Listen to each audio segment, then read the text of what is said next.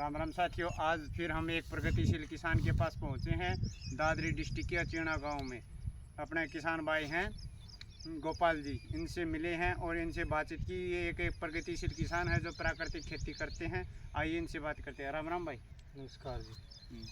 नमस्कार सभी को। मेरा नाम गोपाल यादव, गांव अचीना, तहसील और डिस्ट्रिक्ट चरखी दादरी, हरियाणा। मैं ये 3 एकड़ ज़मीन है, इसमें बाग लगा रखा है अमरूद और मौसमी का। और बाकी जो ये दिखाई दे रहे हैं यहाँ पे, इसमें मिक्स है। इसमें चिक्कू भी है, मौसमी, किन्नू, अंजीर, सेब, अनार इसमें। और आगे ऊपर तो यहाँ पे सेब यहाँ पे लग जाते हैं। सेब तो कश्मीर में लगते हैं। सेब की जी, जिस तरह दूसरी वैरायटी है जो कश्मीर वाली, वो अलग है, जो अपने यहाँ पे बोलते हैं ना इम्प्रूव्ड की हुई, जो गर्मी में जो ऑल इंडिया लग, जैसे हरमन 99 है, हाँ, और अन्ना है, इस टाइप की वैरायटी है। ये क्या है कि साइज इनका थोड़ा छोटा रहता है इनका। और जो आप ये बाग लगा रखे हैं, ये ऑर्गेनिक है कैसे है? हाँ, जो अपने ये 3 एकड़ ज़मीन है, ये प्योर ऑर्गेनिक है। इसमें ना किसी तरह का कोई पेस्टिसाइड, ना खाद। हम इसमें सिर्फ अपनी हैबिटेट के जो ऑर्गेनिक खाद है वो डालते हैं। हाँ, जो हैबिटेट जो है एचयू के साथ है। एचयू के साथ। हाँ, अब तो वहाँ पे आईसीआर का भी आ गया होगा। आईसीआर और हैबिटेट दोनों का। हाँ, तो यहाँ पे ये पौधे लगा रहे हो, किस चीज़ के पौधे हैं जी? कैमरामैन से कहूँगा एक बार ये दिखाएं। ये किस चीज़ के पौधे लगा रहे हो जी यहाँ पे? ये है जी बोटल पाम। Bottle palm. और कैमरामैन जी आगे आ जाओ। ये फोक्सटेल पाम। और आगे बीच में वाला? जिस तरह ये अशोका का, ये क्या है कि जिस तरह बाउंड्री पे चारों तरफ लगा रहे हैं, तो इसमें क्या आगे मेरा है एग्रो टूरिज्म का। एग्रो टूरिज्म, जैसे कि एचयू 4 नंबर गेट पे बना हुआ है एग्रो टूरिज्म, हाँ, उस और तरह जींद में मतलब। बना हुआ है। हाँ जी। तो उसमें क्या है कि एग्रो टूरिज्म का एक वो तैयार कर रहा हूँ कि आने वाले 4-5 साल में इसको, ताकि जो शहरों में रहते हैं या फिर आसपास, जिनको शुद्ध भी खाना मिलेगा और बढ़िया जो वातावरण मिलेगा। तो एक बार कैमरामैन से कहूँगा कि जो पौधे हैं वो एक बार दिखाने का कष्ट करें। ये किस चीज़ का पौधा है जी? ये तो चिक्कू है जी, ये जिस तरह भी। तो आगे वो सेब का होगा। हाँ, सेब आगे। ये एप्पल बेरी है। हाँ, ये एप्पल बेर। और उस साइड वो अनार के लगे हुए हैं। ये अनार के पेड़ है। अनार भी लगे हुए हैं। हाँ, अनार लगे। कैमरामैन से कहूँगा एक बार अनार दिखाओ, कितने मीठे मीठे, कितने मोटे अनार है। देखो कितने लाल है अनार। इनमें आपने खाद तो नहीं डाली होगी ना? कुछ नहीं डाल रखी जी, कुछ भी ना। देखो, कोई स्प्रे पेस्टिसाइड या किसी तरह की भी कोई स्प्रे नहीं है, ना कोई इसमें खाद डाल रखा। सिर्फ ये मिट्टी, झोड़ की मिट्टी लगा डाली थी। इनमें जो साल में 2 बार अपना जो वर्मी कंपोस्ट है वो डालता हूँ मैं। हाँ, ये तो वर्मी कंपोस्ट डिकम्पोजर को तैयार करके वो डालते हाँ। हो गया आप। जो ये अपना जीवामृत हो गया, वेस्ट डिकम्पोजर हो गया, और निमाटोड के लिए निमाटो फ्री है। बाकी असर तो है उसका, लेकिन इतना नहीं है। लेकिन अपना काम चल रहा है। जो अमरूद है उसमें काफ़ी अमरूद निमाटोड की वजह से खराब हो गए। तो आप खरपतवार के लिए क्या करते हो? खरपतवार कुछ नहीं, इसको जिस तरह अभी कटाई करके यहीं डाल देंगे। ये मल्चिंग कर का देते हैं काम इनकी। हाँ, मल्चिंग का काम करेगी। मल्चिंग होने के बाद नीचे और खरपतवार होती नहीं, और ये खाद का भी काम करती खाद है। का भी काम करती है। और ये क्या है कि हमारा मेन क्या था, शुरू में जो जिस टाइम पे बाग लगाया था, तो 50% जो पेड़ है वो दीमक ने खा लिए थे। हमने उस टाइम पे इनमें क्लोरो दवाई डाली थी। तो 12वें दिन क्लोरो डालते थे। अगर उससे 2 दिन भी ऊपर हो जाते तो पेड़ अलग दिखाई देने लग जाते, पेड़ मर रहे। जो पौधों को तो लत लग गई थी, फिर हाँ, आपने फिर वो लत्ती और जैविक पे जमीन गया। भी। फिर हमने क्या किया कि जिस तरह बाजरे की पूली काट के वो डाल दी बीच में, जिस तरह पेड़ है उनके बीच में डाल दी। तो उसमें क्या हो, दीमक उनके ऊपर आ गई और पेड़ों को छोड़ दिया। तो उसके बाद हमने फिर यहाँ पे जुताई की नहीं है, सिर्फ यहाँ पे कटाई करते हैं, इसको यहीं डाल देते हैं। तो उससे क्या है कि ये मल्चिंग का भी काम कर रही है, और दूसरा दीमक है जो मित्र कीट है वो सब यहीं पे कॉलोनी बना रखी होगी उनने। यहाँ तो किसी तरह कोई स्प्रे नहीं करते। हर्बिसाइड नहीं डालते तो उनकी कॉलोनी वो अपने आप डेवलप हो जाती है। हाँ जी। अब मैंने भी अंकल जी अब बता रहे थे, आप 4-5 दिन के लिए करनाल ट्रेनिंग पे गए हुए थे। किस चीज़ की ट्रेनिंग थी वो? करनाल अभी तो मशरूम की ट्रेनिंग के लिए गया था, लेकिन उससे पहले भी 2-3 बार मैं ऑर्गेनिक फार्मिंग और नेचुरल प्राकृतिक खेती दोनों की ट्रेनिंग हाँ, ली एक है। बार करनाल पीछे आप शायद एचयू में भी मिले थे मेरे को। हाँ, चेयू में गया था। चेयू में भी इसकी प्राकृतिक खेती के लिए गया हाँ, था। प्राकृतिक खेती के लिए। हाँ, और एक बार जींद भी मिले थे शायद। जींद भी मिला हाँ, था, मिट्टी में। जींद की अमेठी में। और अभी मीटिंग है, अभी वहाँ प्रोग्राम है 2 दिन बाद। ओ, आचार्य देवर जी का 12 तारीख का। हाँ जी। मैं गुरुकुल कुरुक्षेत्र में भी गया था, वहाँ भी देख के आए थे। तो वहाँ उन्होंने काफ़ी जगह में ऑर्गेनिक फार्मिंग कर रखे है। और अभी जितने भी मतलब प्रोग्राम होते हैं उनको कोशिश करता हूँ कि कुछ न कुछ नया सीखने को मिलता है। तो बातें चलते चलते करते हैं, वो आगे का फार्म भी दिखा देंगे। भाई ने एक पॉन्ड भी लगा रखा है, आपको वो भी दिखाऊंगा। कैमरा मैन से कहते हैं कि ऐसा में जो पौधे हैं ना, वो भी एक बार दिखाने का कष्ट करें। जो टूरिज्म सेंटर के लिए भाई इतनी मेहनत कर रहा है, तो उसको आगे तक दिखाने का कष्ट करें।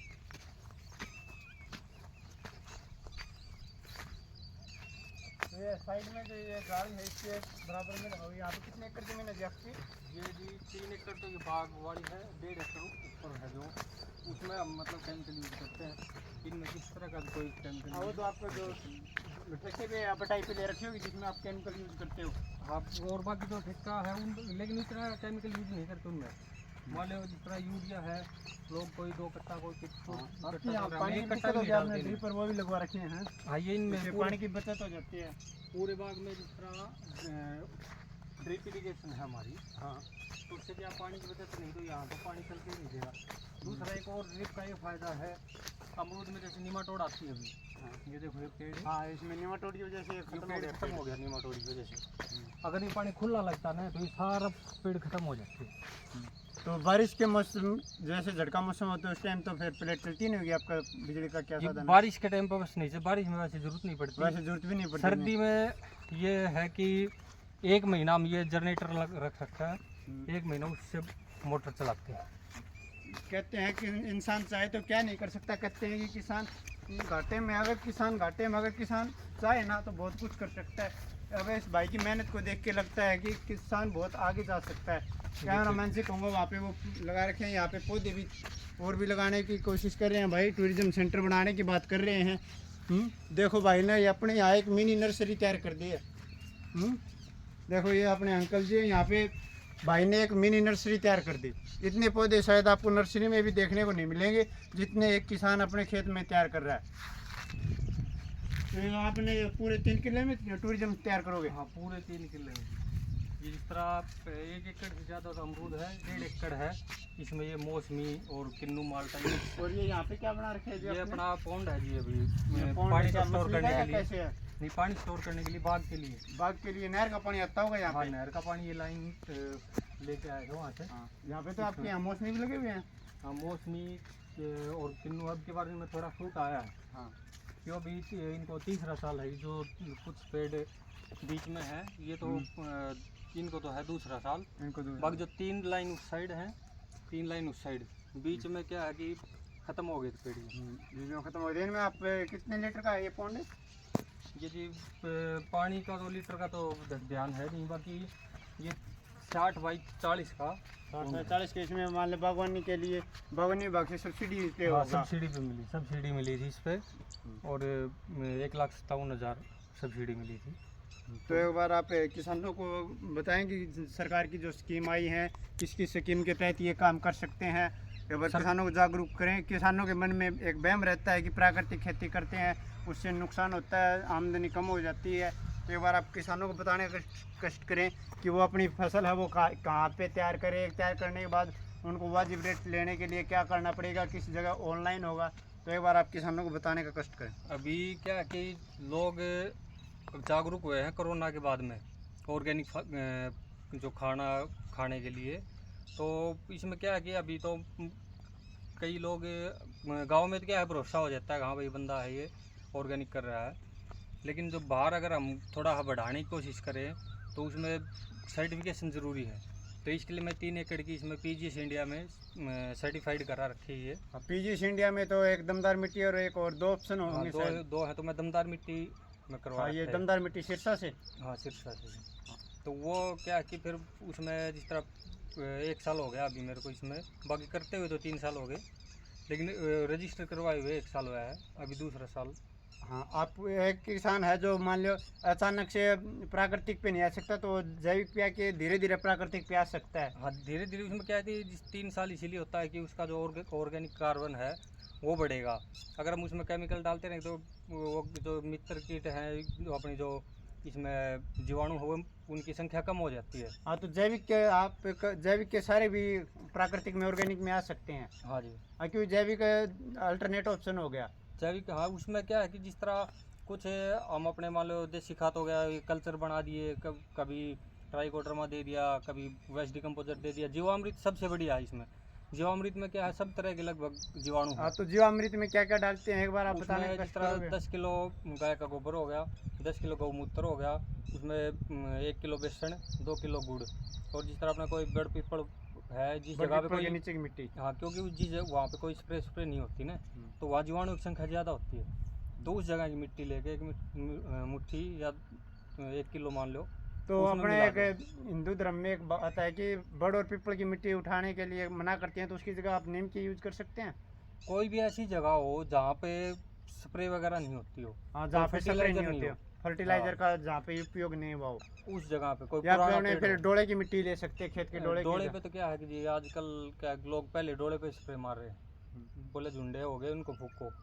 अगर वहाँ भी स्प्रे, मतलब कहने का है जिस जगह स्प्रे नहीं हो रही वहाँ जीवाणुओं की संख्या ज़्यादा होगी, उस जगह से जीवाणु लेने का मतलब है बस। हाँ, क्योंकि जहाँ पे स्प्रे नहीं वहाँ पे ऑटोमेटिक जीवाणु मिलेंगे। होंगे, हाँ। तो नीम के नीचे ही मिट्टी ले सकते हैं वहाँ नीम पे। के नीचे की ले लो, अगर बड़ पीपल की नहीं मिलती है तो आपने कहा कि गौमूत्र चाहिए, उसमें गाय का गोबर चाहिए, हाँ जी। तो देसी गाय का ही होना चाहिए और कुछ? देसी गाय जी अपनी, जिस तरह हरियाणा में अपनी सफ़ेद होगी या साहिवाल होगी, थार पारकर होगी, इन जो गिर होगी इनका लेना है, ना कि जो अपनी HF गाय है उनका नहीं लेना। हाँ, क्योंकि इनके में जीवाणु ज़्यादा होते हैं। इनके में जीवाणु ज़्यादा है और अपनी कल्चर के हिसाब से अपना वो होना चाहिए, ना कि खाली फ़ायदा का नहीं होना चाहिए भाई मान लो।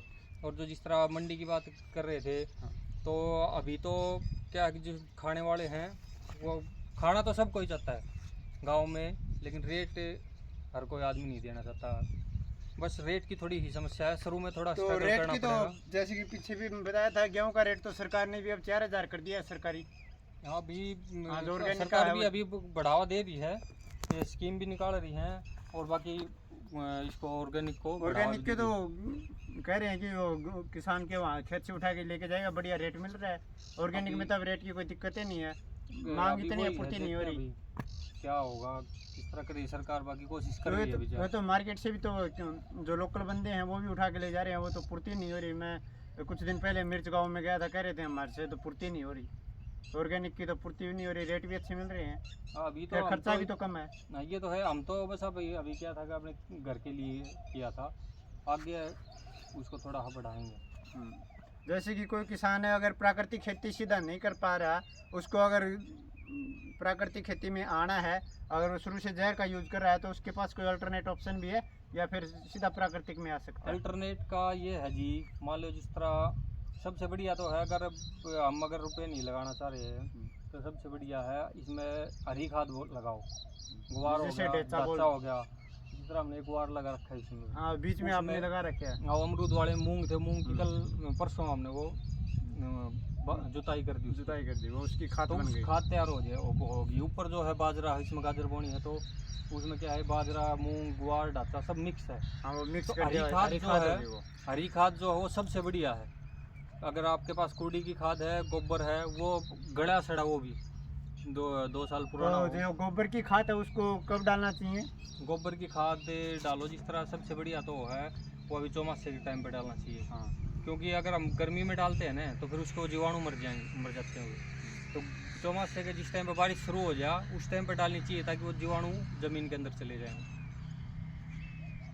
ठीक है जी। और जैसे कि एक आप बात बताओ, जैसे आप जीवाणु भी रखते हो, अगर किसी भाई को कोई कल्चर चाहिए और चाहिए तो उनको आप उपलब्ध करा सकते हो? आप देखो, जिस तरह जीवामृत है वो तो बनाना पड़ेगा, वो तो बनाना मान लो पड़ेगा। 1 बार मल्टीप्लाई कर लेंगे, 2 बार कर लेंगे, उससे ज़्यादा नहीं हुआ। बाकी वेस्ट डिकम्पोजर है, डिकम्पोजर हो गया।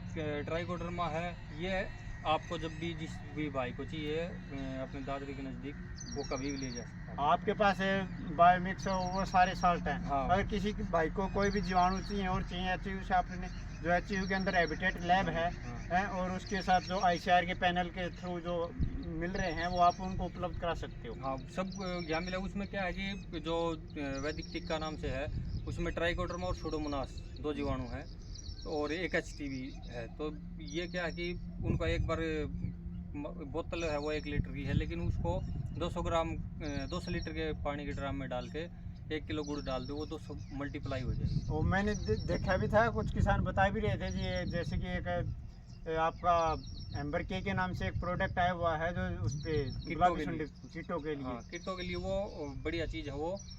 उसमें वो भी है कि फंगस है, वो क्या है कि जिस तरह उसकी स्प्रे करेंगे तो वो उसका कीट के, ये मान लो अंडा, लार्वा, वयस्क, वो सब पे काम करेगी। वो उसको मतलब धीरे धीरे उसको खत्म कर दे, खा जाएगी, उसकी प्रजनन क्रिया उसको वो खत्म कर देती है, खत्म कर देती है। क्योंकि अपने इंसेक्टिसाइड पे जो स्प्रे डालते हैं वो क्या काम करती है, वो पे उसको मारती है, और कोई भी जीव मरते मरते अपने बच्चों को बचाने की कोशिश करता है, और उसके जो बच्चे होते हैं वो उसके सहन करने की इंसेक्टिसाइड बढ़ जाती है उनकी, और 2% क्षमता उसकी बढ़ जाती है। अगली बार जो जहर है उससे 2% एक्स्ट्रा का डालना पड़ता है, और ये जो है उसके प्रजनन क्रिया है उसको खत्म कर देता है। इसमें क्या है कि देखो, जैविक में मेन चीज़ तो ये, जैविक कोई भी अगर केमिकल भी कर रहा है तो उसमें सबसे बढ़िया तो है अपने जो नीला ट्रैप है, और यो पीला और नीला, ये जो ट्रैप होते हैं इन कीटों को पकड़ने के लिए। हाँ, इनमें मतलब 50% तो इनसे बचाव हो जाता है। अगर कोई किसान है, एक बात तो, अगर कोई किसान ने नीला व पीला ट्रैप खरीद नहीं सकता तो वो तो, या फिर वो भी कर सकता है, अपने जो गुलाब गेंदा लगा दो, हाँ, बीच के गेंदे का एक लाइन लगा दो, उससे भी हो जाएगा। लाइन लगा दो, उसमें बचाव हो जाएगा। लेकिन इतने नहीं, उसमें क्या है कि ट्रैप पे तो वो चिपक जाते हैं, मर जाएंगे। तो उस पे ग्रीस लगा के वो रंग पीले कोई भी कार्ड है उसके ऊपर ग्रीस लगा दो और उसको टांग दो उसके अंदर। हाँ, वो पीला कार्ड पे वो ग्रीस लगा के इतने महंगे भी नहीं आते, तो सस्ते हैं ये, ज़्यादा महंगे भी नहीं। अगर कोई किसान लेना चाहे तो कहाँ से मिलते हैं ये तो जिस तरह में दादरी जो सब्जी वाली दुकान हो उन पे मिल जाते हैं, इफ्को बाजार है, और ये कटारिया बीज भंडार है दादरी में, जो भी मतलब बीज भंडार है, बीज वाली दुकानों पे ये ट्रैप मिल जाते हैं, आसानी से उपलब्ध हो जाते हैं। हाँ, पहले नहीं रखते थे, अभी तो रखने लग गए। हम अपने भाई से बातचीत भी हुई है, और इनके जो बता रहे हैं एम्बर के है उनकी अलग से एक वीडियो डाल के और आपको बताया जाएगा। ठीक।